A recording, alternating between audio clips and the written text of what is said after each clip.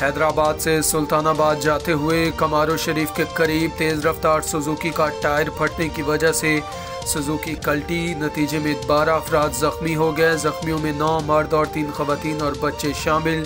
Police जैवकुवा पर पहुंचकर ज़ख्मियों को सिविल अस्पताल टंडवालायार मुंतकिल कर दिया गया।